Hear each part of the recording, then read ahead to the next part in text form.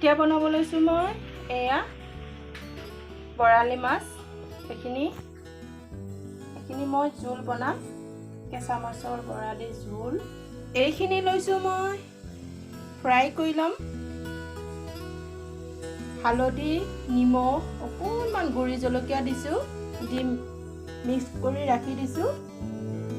অলপ সময় মিক্স কৰা ৰাখি দিয়াৰ পিছত ফ্ৰাই কৰিম মই। কণী ওলাইছে, কণীকণো বনাম। আহক বৰালি মাছৰ জোলকণ আগে ৰেডি কৰি লওঁ। এয়া কেৰাহী গৰম হ'বলৈ দিলোঁ, ইয়াতে অইল দি দিলোঁ। এতিয়া তাৰপিছত ইয়াতে মই পিঁয়াজ অলপ লৈ লৈছোঁ। তাৰপিছত লৈছোঁ মই এয়া আদা, নহৰু, কেঁচা জলকীয়া আৰু পিঁয়াজো আছে ইয়াত। একেলগত মই ধুনীয়াকৈ মিক্সিত মাৰি লৈছোঁ। এতিয়া মই পিঁয়াজখিনি গৰম হৈ গ'ল, তেল তাত দি দিলোঁ। মই নিমখ অকণ দি লৈছোঁ। এতিয়া দিম মই আদা, নহৰু, কেঁচা জলকীয়া পেষ্ট অলপমান বেছিকৈ দিম। সেইটো আপোনালোকৰ টেষ্টৰ হিচাপত দি ল'ব। সকলোৱে ভাল নাপাবও পাৰে মাছৰ লগত আদা নহৰু পেষ্ট। নহৰু অলপ বেছিকৈ আছে বাৰু, আদা অলপমান দিছোঁ মই, বেছি দিয়া নাই। এনেকৈ এতিয়া মই বিলাহী অকণ কাটি লৈছোঁ। এয়া বিলাহীকণো দি দিম। এতিয়া দিব লৈছোঁ মই হালধি গুড়ি, হালধি দি দিলোঁ। আৰু দিম মই জলকীয়া। মই এই দুটা বস্তুকে দিছোঁ মছলা। তাৰপিছত মই মছলা আদা নহৰু পেষ্ট কৰা মছলা পানীকণ দি দিলোঁ। ইয়াত অকণ ভুনি লওঁ।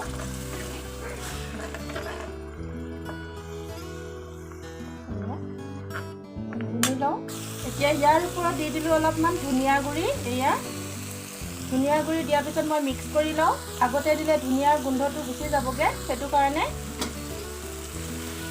এতিয়া দেখিছে নহয়, এয়া মছলাৰ পৰা ধুনীয়াকৈ তেল ওলাইছে। এনেকুৱাতে দিম মই এতিয়া দিব লৈছোঁ মই কাটি ৰখা বিলাহীখিনি। এখন দি দিলোঁ। বিলাহীকণো ভালকৈ ভুনি ল'ম, বহুত ধুনীয়াকৈ নৰম হোৱালৈকে। এনেকৈ ইয়াতে মই নৰসিংহ পাত কেইটামান ধুই লৈছোঁ ধুনীয়াকৈ। মই প্ৰথমতে দিয়া নাই, যিবিলাক ফ্ৰেছ গোন্ধ এটা থাকে নৰসিংহ পাতৰ, সেইবোৰ গুচি যাবগৈ। সেইটো কাৰণে মই বিলাহীখিনি দিয়াৰ পিছতহে মই নৰসিংহ পাতকেইটা দিম। দেখিছে নহয়, বিলাহীকণো ভুনা হৈ গৈছে। বিলাহীৰ পৰা ধুনীয়াকৈ এটা তেল ওলাইছে। এতিয়া মই দিম ইয়াতে ধুই লোৱা নৰসিংহ পাতকেইটা। মই নৰসিংহ পাত খাবলৈ ভাল পাওঁ তৰকাৰীত দিলে। যিকোনো চব্জিতে দিওঁ, মই প্ৰায়ে দিওঁ। এতিয়া দি দিলোঁ মই মাছখিনি। ধুনীয়াকৈ মাছ কেইপিচ দিয়াৰ পিছত নৰসিংহও দিলোঁ। সেইটো কাৰণে এতিয়া ধুনীয়া এটা চেণ্ট ওলাইছে। মাছ কেইপিচ দি মই কেঁচাতে ধুনীয়াকৈ এনেকৈ লৰাই লওঁ, নহ'লে বৰালি মাছ বহুত ঢিলা হয়, ভাঙি যাবগৈ। অলপ গৰম হ'লেতো আৰু ভালকৈ চুব নোৱাৰিম। সেইটো কাৰণে কেঁচাই কেঁচাই অলপমান মিক্স কৰি লৈছোঁ। ইয়াতে অকণমান পানী দিম মই, মছলাটো জ্বলি যাবগৈ নহ'লে। ইয়াতে পানী দিলোঁ, অলপমান দিম। জাষ্ট মছলাকণে জানো মাছকণ ঢাকি ধৰে, তেনেকৈ।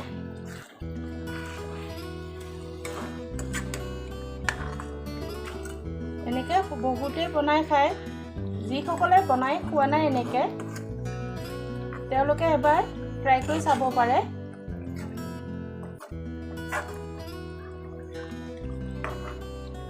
মই কিন্তু এনেকৈ বনাই খাই বহুতেই ভাল পাওঁ। মাছখিনি মই সেইকাৰণে ফ্ৰাই কৰি লোৱা নাই। ফ্ৰাই মাছতকৈ এনেকৈ কেঁচাকৈ ৰান্ধিলে বেছি ভাল লাগে খাই। জাষ্ট অলপমান পানী দিলোঁ। এতিয়া মই অলপ সময় 2-3 মিনিটৰ কাৰণে ঢাকোন লগাই অলপ সময় কাৰণে। এতিয়া মই মছলা সানি থোৱা মাছ কেইপিচ ভাজি লওঁ। মই টাৱাৰ এখনত তেল দি লৈছোঁ, তেলকণ গৰম হৈ গ'ল। এতিয়া মই ধুনীয়াকৈ মাছখিনি দি দিওঁ। ইয়াত অলপমান ৰৈ গৈছে, এখন নেক্সট টাইমত দিম।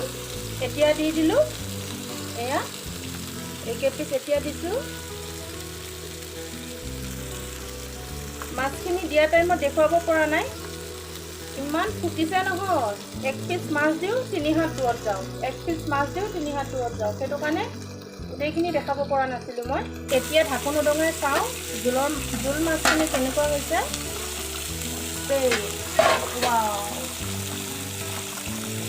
পূৰা উতলি আছে আৰু পানী কম হ'ব।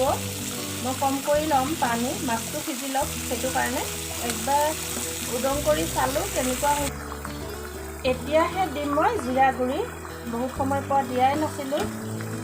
ইয়াৰে আচল চেণ্টটো গুচি যাব কাৰণে প্ৰায় হৈছেহি, সেইটো কাৰণে এতিয়া দি দিলোঁ। এয়া মই আকৌ ঢাকোন লগাই দিম, জোলটো কম হ'ব লাগিব। মাছখিনি ওলোটাই লওঁ, ইমান ফুটিছে নহয়। এয়া পূৰা গেছ লেতেৰা হৈ গৈছে, তেল তেল হৈ গৈছে। গোটেইখিনি মাছ মই উলিয়াই লোৱা নাই, মোক ইমানখিনি প্ৰয়োজন নাই এতিয়া, সেইটো কাৰণে এয়া মাছৰ জোল ৰেডি হৈ গৈছে। বৰালি মাছৰ জোল অলপমান খালি বাকী ৰৈছে, ফ্ৰাই কৰা মাছখিনি সেইখিনিও হৈ গৈছে প্ৰায়। এনেকুৱা হৈছে, কালাৰটো দেখিছে কিমান মৰম লগা হৈছে কালাৰটো। এয়া ওচৰৰ পৰা চাওকচোন অকণ, এনেকুৱা হৈছে কালাৰটো। তাৰপিছত আমাৰ এজনী বদমাছ কেট আছে, মাছ দেখি ৰখিবলৈ পৰা নাই। দি আছোঁ, ৰ'বা, হ'বলৈ দিয়া ন। মোৰ মাছ ফ্ৰাই কৰা হৈ গৈছে আৰু অলপমান ফ্ৰাই কৰি আছোঁ। ভিডিঅ'টো শেষলৈকে চোৱাৰ কাৰণে আপোনালোকলৈ ধন্যবাদ থাকিল। যদি ভিডিঅ'টো চাই ভাল লাগিছে, লাইক, কমেণ্ট, শ্বেয়াৰ, ছাবস্ক্ৰাইব কৰিব আৰু কাষতে থকা বেল আইকনটো প্ৰেছ কৰিবলৈ নাপাহৰিব। তেতিয়াহ'লে আজিলৈকে আহোঁ, আকৌ লগ পাম নেক্সট ভিডিঅ'। Bye bye.